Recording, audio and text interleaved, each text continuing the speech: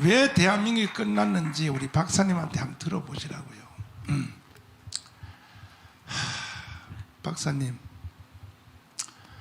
저는요 문재인 때문에도 정말 살기 힘들었는데, 그러나 문재인은 이제 앞으로 1년만 기다리면 영원히 안 봐도 살 것 같아서 꼭 참고 1년을 살라 그랬는데, 다음에 대통령 한다는 놈들이요, 경기지사 이재명이가 문재인보다 더 세게 나왔어.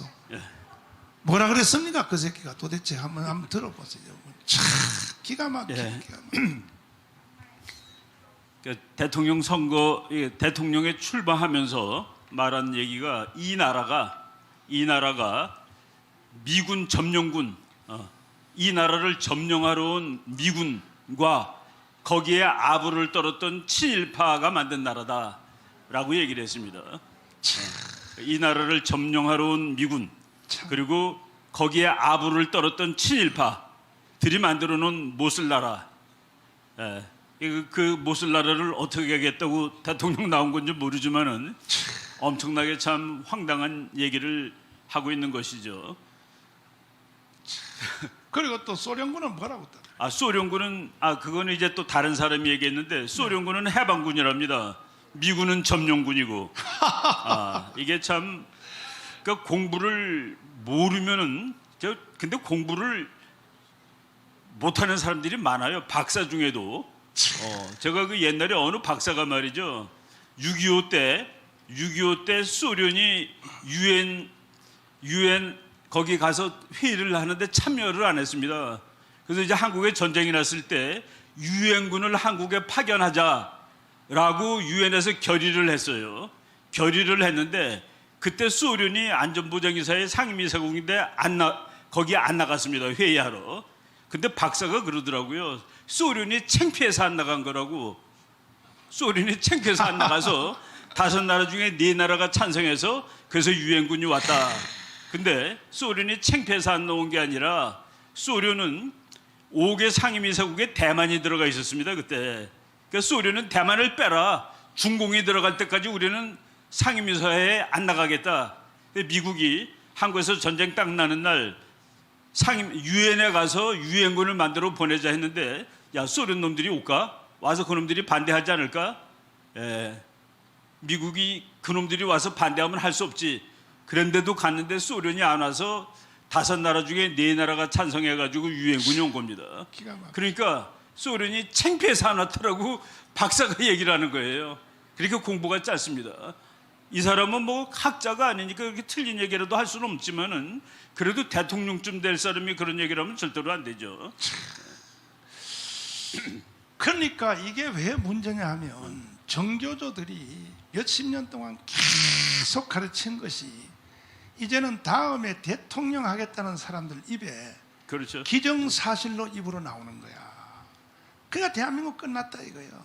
그런데 이제 그런 사람들이 얘기를 하더라도 그게 하도 사실하고 다르기 때문에 한 방에 깰 수가 있습니다. 한 방에. 제가 그 목사님이 이제 여기 항상 불러내는데, 한 번도 목사님이 오늘은 뭐를 물어볼 거라고 질문을 하지 않습니다. 근데 오늘 오는데 문자가 왔더라고요.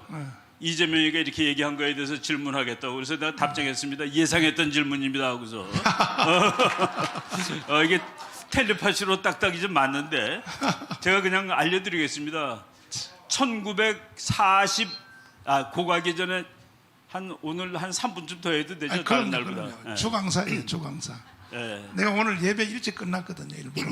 2차 대전 끝날 무렵에 미국이 말이죠, 미국이 그때 소련하고 미국이 같은 편입니다.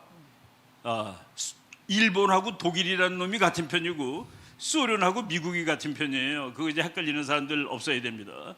그런데 저쪽 독일이 이제 5월 5일 날 항복을 합니다. 1945년 5월 5일. 그런데 미국은 말이죠, 일본하고는 미국이 혼자 싸우고 있었습니다. 그런데 미국이 정보 하나를 틀리게 분석을 하는 거예요.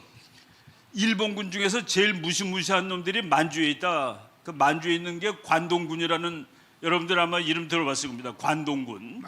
관동군이 무지막지한데 독일이 항복한 후에도 미국이 일본을 완전히 격파하려면은 18개월을 더 싸워야 될 거다. 관동군 때문에. 그러고서 미군이 100만 명은 더 죽을 거다라고 생각을 하고 그래서 계속 소련 보고 너도 좀 싸워라. 일본하고 싸우는데 너도 좀 싸워. 근데 소련하고 일본은 나쁜 놈들이에요. 둘이 불가침 조약을 맺고 있었습니다. 그러니까 소련은 일본이 말이죠. 미국한테 항복을 하고 싶은데 항복하기는 좀 쑥스러우니까 소련한테 비밀로 야 내가 나 죽게 생겼는데 미국하고 좀 항복을 해야 되겠다 해서 다 알고 있었던 거예요. 관동군이 헛개비란 걸 알고 있었던 겁니다. 근데 미국이 계속 독일이 항복한 다음에 5월 5일 날 항복하고 일본이 8월 15일이니까 한 석 달 후에 항복했잖아요. 야 빨리 좀 와서 좀 싸워줘. 빨리 좀 싸워줘. 소련은 야 우리 2천만 명 아직 시체도 못 묻었어. 그래서 계속 시간을 끄는 겁니다. 그러니까 미국이 막 몸이 다른 거예요. 일본을 깨는데 관동군하고 싸우면 100만 명 죽는데 자기네들이. 그런데 핵폭탄이 나온 겁니다. 핵폭탄 맨 처음에 7월 16일 날 핵폭탄이 나왔을 때 트루만 대통령이 그 폭탄이 뭔지도 몰랐어요. 그렇게 극비로 만든 폭탄인데 핵폭탄이 터지는 날 소련 스탈린한테 야 우리는 큰 폭탄을 만들었어 그랬더니 스탈린이 깜짝 놀랐습니다. 스탈린은 알았거든요. 그게 핵폭탄인지. 근데 왜 미국 대통령은 핵폭탄인지 모르느냐. 그 사람이 부통령일 때 루즈벨트가 만들기 했는데 부통령한테도 그게 핵폭탄이라는 걸 안 가르쳐 줬던 겁니다. 근데 자기가 루즈벨트 대통령이 아파서 죽고 그래서 전쟁 몇 달 남기고서 대통령이 됐거든요. 그래서 큰 폭탄이 있다 그랬더니 스탈린이 그 폭탄을 좋은 목적으로 쓰기 바란다 라고 얘기했던 것이 7월 17일 고무렵입니다. 그런데 8월 6일 날 우리 목사님이 매일 쓰는 8월 6일 날 한 방이 떨어졌습니다. 이제 일본은 그냥 가는 거죠. 두 번째가 8월 9일 날 아침 9시에 떨어지는데 8월 9일 날 새벽 0시에 소련 놈들이 나도 일본한테 전쟁하겠다고 선전포고를 하는 겁니다. 그러니까 8월 9일 날 선전포고하고 소련군이 저쪽 두만강 건너서 들어온 거예요 벌써. 그러니까 미국에서 난리가 난 겁니다. 일본하고 자기가 다 싸웠는데 소련 놈들이 벌써 한반도를 들어오면 어떻게 해가지고 8월 10일 날 미국 시간으로 8월 10일 날 새벽 한 2, 3시쯤 됐을 때 별 하나인 조지 링컨이라는 장군이 대령 두 사람한테 야 이거 소련 놈들이 벌써 한반도 들어왔는데 이거 어떻게 할지 좀 빨리 한번 생각을 해보라. 그래가지고 밤 2시쯤 됐을 때 대령 2명이 정말 지도도 없었습니다. 내셔널 지오그래픽에 나오는 백지도를 보고 그리고 앉아서 한참 쳐다보다가 와 여기 38도 선이라는 끝내주는 선이 있다. 요 선까지만 소련 놈들 오라고 그러자. 소련 놈들은 38도까지만 내려오라고 그러자. 그래가지고 그거를 아이디어를 해가지고 그래서 뭐라고 그러는지 아세요? 야 38도 밑에 서울도 있고 인천도 있고 부산도 있어. 미국은 해군의 나라인데 인천 부산이 있잖아. 그리고 서울도 그 밑에 있으니까 뭐 반쪽이라도 가져도 우린 다행이야 라고 해가지고 38선이라는 아이디어를 가지고 장군한테 갔더니 장군이 뭐라고 그러는지 아십니까? 아니 소련 놈들은 단 며칠밖에 안 싸우고 반을 준단 말이야. 이거를 너무 억울하잖아. 40도로 다시 긋지. 40도로 하게 되면 저쪽 평양 위쪽까지 남한이 되는 겁니다. 그랬더니 그때 그 걷던 대령 중에 한 사람이 아마 소련 놈들이 38도를 받아들이면 천만다행입니다. 36도로 양보할 각오도 해야 됩니다. 소련은 자기는 이미 들어와 있고 미국은 오키나와에 있었거든요. 그러니까 가만 놔두면 소련이 제주도까지 다 먹는 겁니다. 그런데 그럼 38도 선을 제한하자 했는데 그것을 소련이 받아들여서 놀랐습니다. 그 걷던 사람 중에 한 사람이 러스크라는 나중에 미국 국무장관이 됐죠. 그 사람이 그때 대령이었는데 러스크가 한국전쟁 50주년 하고서 50주년 때 서울에 왔었습니다. 근데 직접 들었는데 자기네가 38선을 그날 소련이 받아들여서 솔직히 놀랬다라고 얘기하는데 소련이 받아들인 이유는 일본의 본토 일부를 자기네가 점령하고 싶었던 겁니다.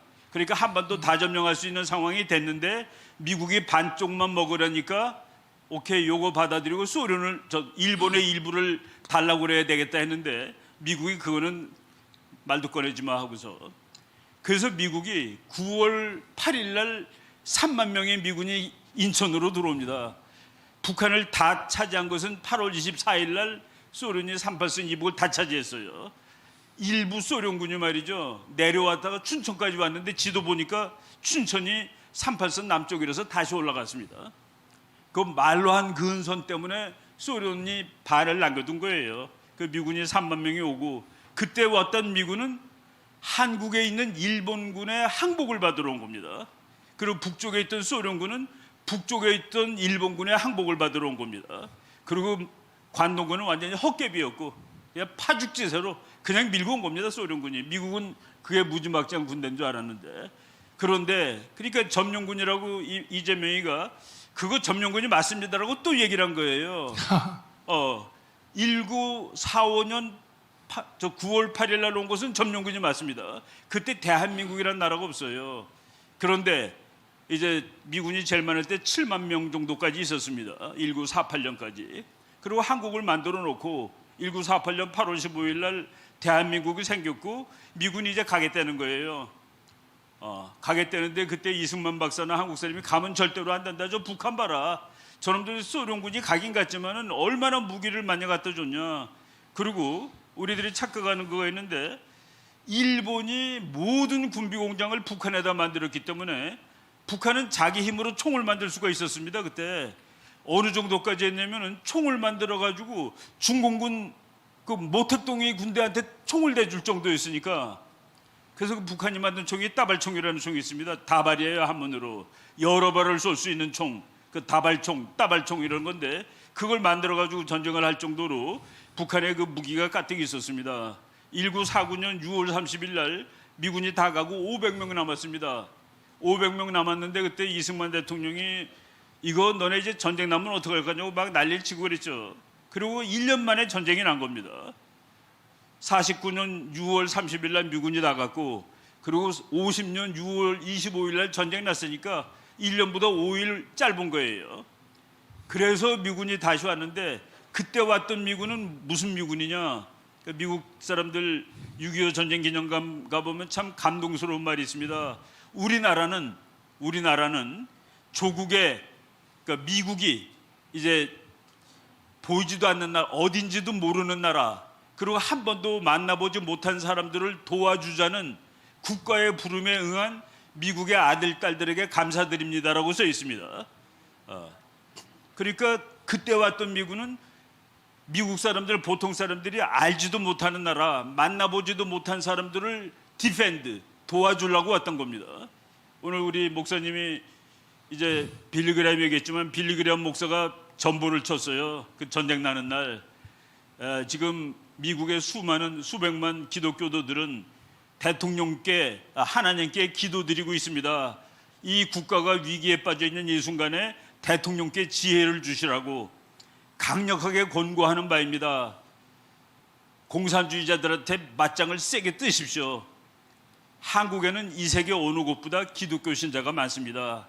그들이 공산주의 앞에 쓰러지도록 방치할 수 없습니다.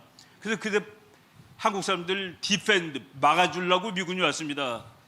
그리고 그다음에 또 미군이 또 가는 중인데 전쟁 끝난 다음에 그때 이승만 박사가 한미동맹을 정말 그 미국이 원하지 않은 것을 강제로 맺게 했습니다. 그리고 한미동맹을 맺은다면은 한미동맹이 종이 한 장짜리밖에 안 됩니다. 거기 4조에 미국은 한국과 동맹국이 됐기 때문에 한국의 육해공군 등 미국군을 주둔시키고 그 미국 무기도 주둔시키고 한국은 그것을 허용한다, 허락한다, 옛날 말로 허여한다라고 써 있습니다. 그래서 지금 있는 미군은 한국과 미국의 동맹에 의해서 미군은 여기다 갖다 놓고 우리는 그걸 허락했기 때문에 있는 겁니다. 그러니까 뭐 무슨 이재명이가 지가 역사 공부를 뭐 좀 했는지 모르지만은 점령군이 맞아요라고 다시 얘기했는데 그 점령군은 1949년 6월 30일 날 딱 갔습니다. 그리고 그다음에 6.25 때 왔던 미군은 이거는 한국을 방어해 주러 왔던 미군이고, 그리고 한미동맹이 생긴 1953년 10월 1일 이후에 있는 미군은, 오늘까지 있는 미군은 한국이 여기 있어달라고 허락하고 동맹을 맺었기 때문에 있는 동맹군으로 있는 겁니다. 그러니까 군대의 성격이 다 다른 거예요. 근데 그런 거 모르는 인간이 뭘 자기가 좀 안다. 그리고 지금 또 나중에 뭐라고 그랬더니만은 야, 점령군이 맞는다라고 얘기를 했습니다. 그런데 소련은 이제 2차 대전 끝날 때 미국은 그냥 이기려고 싸웠습니다. 그 사람들이 미국이 오래 멀리 보질 않아요. 이거 빨리 이겨야 돼. 너무 사람이 많이 죽어. 그래서 미국은 이기려고 싸웠고 소련은 미래를 보고 싸웠다는 말이 있습니다. 이놈들은 세계를 공산화시켜야 되는데 그래서 한 군데라도 잡아가지고 공산주의 국가를 만드는 게 일이죠. 그래서 소련은 올 때 첫 번째 소련군이 북한에 도착해가지고 삐라를 뿌렸는데 존댓말로 돼 있습니다. 우리는 해방군으로 왔습니다. 이제 여러분은 일본으로부터 나라를 찾게 되었습니다. 다 존댓말이에요. 근데 미국은 그런 거 안 따지고 왔기 때문에 반말로 돼 있습니다. 반말로 다 써 있어요. 그러니까 같은 삐라를 보면 북한 걸 보면은 소련군은 존댓말로 돼 있고 미군은 반말로 돼 있으니까 이건 점령군이야라고 얘기하는데 뭐 근거가 될 수 있지만은 그거는 그 상황에 그리고 소련은 아니 군대 명령을 존댓말로 내린 나라가 어딨습니까? 그게 가짜지. 그게 가짜죠. 군대 명령이 존댓말입니까? 다 반말이지. 바로 그런 것들을 우리 국민들이 공부를 깊게 안 하다 보니까 자꾸 속아요. 근데 아주 간단합니다. 이게 어떻게 맞는 거고 어떻게 틀리는 건지 아주 쉽게 얘기할 수 있어요. 그리고 그때 있던 일본군이 보통 많지가 않았습니다. 제주도에만 7만 몇천 명이 있었거든요. 일본군이. 그 남한에 한 17만 명 정도 있었을 겁니다. 북한에 한 10만 명. 그거를 이제 일본이 항복한 후에 왔기 때문에 그러니까 전쟁은 없었습니다. 전투는. 그렇지만은 그 점령군으로 오긴 온 것이죠. 근데 그걸 가지고 그와 한 팩트 가지고 주한 점령군하고 그리고 이승만 박사가 이 나라 정권을 잡았는데 우리나라 반일의 상징이 이승만인데 어떻게 친일이라고 얘기할 수 있어요? 말도 안 되죠, 그거는. 자, 박수하겠습니다. 예.